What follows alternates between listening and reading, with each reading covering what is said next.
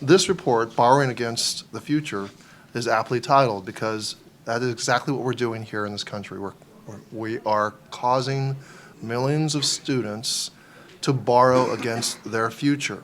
What this report aims to answer is, where is all that money going? But bottom line is, much of that money is going to Wall Street. In fact, in 2012, $45 billion was spent servicing institutional debts of colleges and universities, in student loan interest payments, and in profits to for-profit institutions of higher education. That's a 53% increase from 2002. We need the people who are going to college to not be saddled with unsustainable student debt.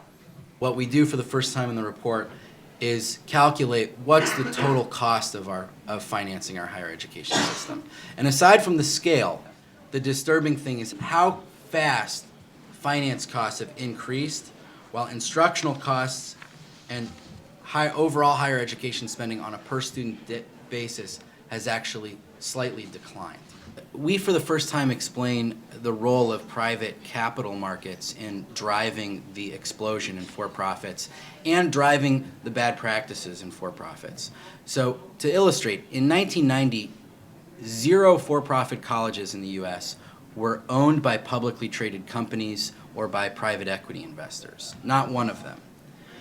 By 2011, however, nearly 70% of students enrolled at for-profit colleges attended a college owned by a publicly traded corporation or a private equity investor. But that financial success did not lead to student success. In fact, in just 2 years, or after just 2 years, 62% of students at these EDMC colleges had dropped out without a degree. The seniors in my class, who I was trying to help pass the California high school exit exam, many of them all of them had below college level skills. I asked them, where are you going to go next year? And my heart sunk, and I really opened my eyes. 95% of them said they were going to go to a for-profit college. They weren't going to go to Riverside Community College or Valley Community College.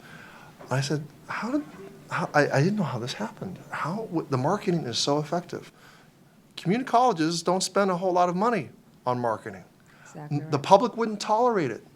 Why are you spending money on marketing? The for-profit industry is not investing the resources. It's a very expensive thing to do, to develop and to remediate students. It's expensive. You got to have smaller classes. It's intensive. It cannot be done online. The for-profit industry enrolls 10% of all higher ed students. That receives 25% of the Pell Grants, but they also garner half of all the defaults. That ought to be a big red flag right there.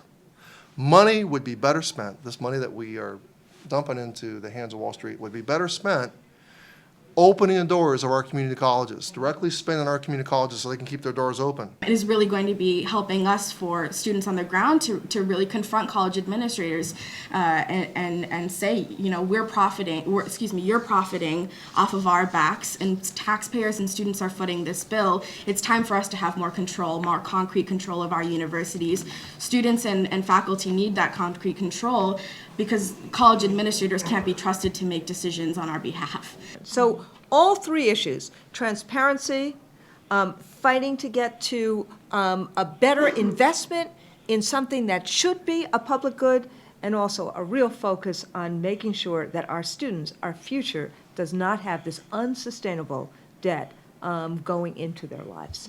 We've seen in our own university since 1990 a drop of almost a third in per student funding, that's inflation adjusted, per student funding for the City University of New York. So what have they done to maintain classes? One thing is they have cut labor costs by dramatically increasing the use of underpaid part-timers, and the other is they've dramatically increased tuition. That is a false promise.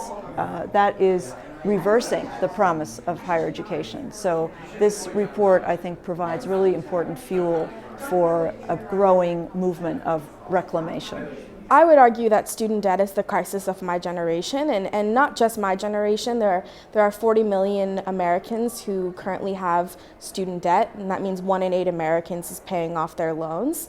And I would say nationally, $1.2 trillion in student debt means that we are facing a barrier to economic recovery since the Great Recession. We're seeing folks being saddled with debt and unable to start their lives buying homes or starting a family. This is really impeding the American dream. And so if we want to talk about social justice, if we want to talk about racial justice or economic justice, we need to address the crisis of student debt.